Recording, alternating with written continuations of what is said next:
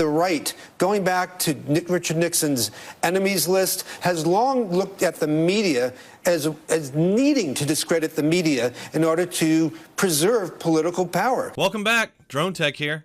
First off, just wanted to thank Myers Woodworking for donating this amazing piece of artwork behind me. They make several different variations of the flag, which I highly recommend you go over and check out as soon as you're done with this video. Let them know that Drone Tech sent you and get 10% off your purchase. You can find the links in the description or the pinned comment. Thank you. Were you under the impression that we have a free press in America? Did you think that the press was an objective arbiter of the truth, tasked with holding the government to account? Perhaps it was once all of these things, but now it only exists as a tool of the far left and the Democrat Party, and they use it to advance their political agenda and force this country to bend to their will. Over and over again, we see the press using their power to destroy political opposition through constant demonization, dehumanization, and even doxing. While these are common tactics used by so-called journalists in the media to attack and discredit their critics, they unsurprisingly hold their critics to a completely different set of standards. We saw this hypocrisy in action just a few days ago when news of a bedbug outbreak in the New York Times newsroom started to spread. A George Washington University professor named David Karp took the opportunity to zing a New York Times columnist named Bret Stephens, calling him a bedbug. Pretty tame stuff, especially when you consider that this very columnist is on record comparing Republicans to dictators and once said that Ted Cruz would sell his family into slavery if he could. While we all know left-wingers love to dish it out, they really can't take it. So this New York Times columnist gets butthurt and emails both the professor and the university complaining that he called him a bedbug. Apparently, he's trying to get this professor fired from his job for the high crime of making fun of a columnist. Not only did this hack contact the professor's employer and try to get him fired, but he went on MSNBC to whine and seriously suggests that, quote, analogizing people to insects is always wrong. Being analogized to insects goes back to a lot of totalitarian regimes in the past. And yesterday, a professor at George Washington University described me as a bedbug or a metaphorical bedbug, just in the context of the New York Times having a bedbug problem in our building. And I think that kind of rhetoric is dehumanizing and totally unacceptable, no matter where it comes from. Is that the worst thing that you have ever been called on social media? There's a bad history of being called, of being analogized to insects that goes back to a lot of totalitarian regimes in the past. It would appear that Stephens has taken a page from the Democrat Party media playbook and has cast himself as the victim of a completely imagined totalitarian takeover of the country. Before I move on from this pathetic excuse for a bedbug, let's take a look at some of the things he said in the past. In 2017, he actually compared Rex Tillerson to Mao Zedong and Pol Pot, which he had to apologize for. And then again in 2018, he compared Trump to both Pol Pot and Hugo Chavez, and then later to the Maduro regime. He even once described Ted Cruz as a serpent covered in Vaseline, whatever the hell that means. And I want to read what you wrote about the Republican candidate there, Ted Cruz, because it made my year.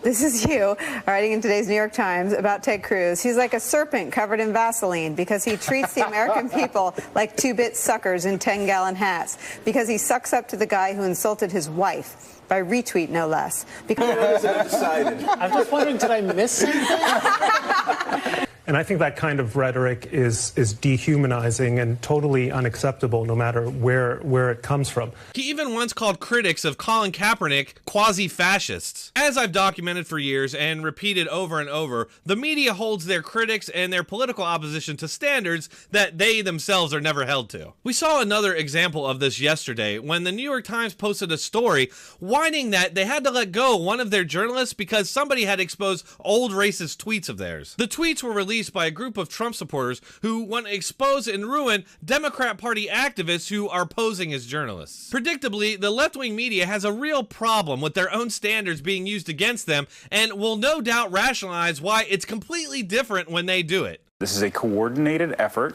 by President Trump's allies who are not seeking to hold newspapers to account, but who are seeking to intimidate and embarrass journalists. And that's what's so different about what this effort really is. Damn, I must be psychic. As we all know well by now, the Democrat Party media has used these very tactics against their critics for years. I've lost count of all the right-leaning figures who have been destroyed because the media dug up old tweets from 10 or 15 years ago. Despite this fact, media hacks everywhere are framing this as a diabolical plot to attack democracy. It's an intimidation campaign. We're going after families, and it's in some ways not entirely new in that the right, going back to Richard Nixon's enemies list, to Jesse Helms going after Dan Rather and CBS. Here again, we see them accusing their opposition of what they themselves are actively doing. They constantly frame criticism of the media as an intimidation tactic, and this guy actually says that they're going after families. Wrong. If you've ever watched Gordon Ramsay's show like Kitchen Nightmares or Hotel Hell,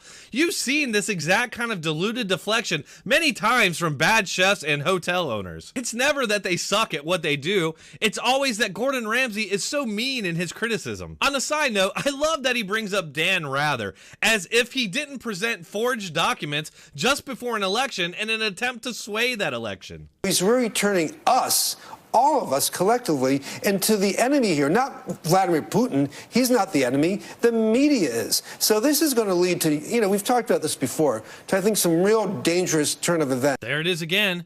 It's dangerous to criticize the media, it's dangerous to criticize Democrats, but it's perfectly fine for the media to attack and demonize the Republican Party on a daily basis. Trump didn't make the media the enemy. They did that all themselves, and they did it long before Trump ever showed up. The hypocrisy is maddening, but it's somewhat comforting to know that there are some left-wing journalists out there at least trying to be consistent. Senior media writer for Politico, Jack Schaefer, made it quite clear that he believes old journalist posts are fair game, pointing out that the media had absolutely no problems with these tactics when they were being used against their political opposition, saying, quote, "Of all the thin-skinned beasts prowling the journalistic forest, few have thinner epidermis than the boys and girls who work at the New York Times." As much as I would like to sympathize with my fellow journalists, it doesn't strike me as unreasonable to ask them to own or repudiate vile things that they might have stated in the past.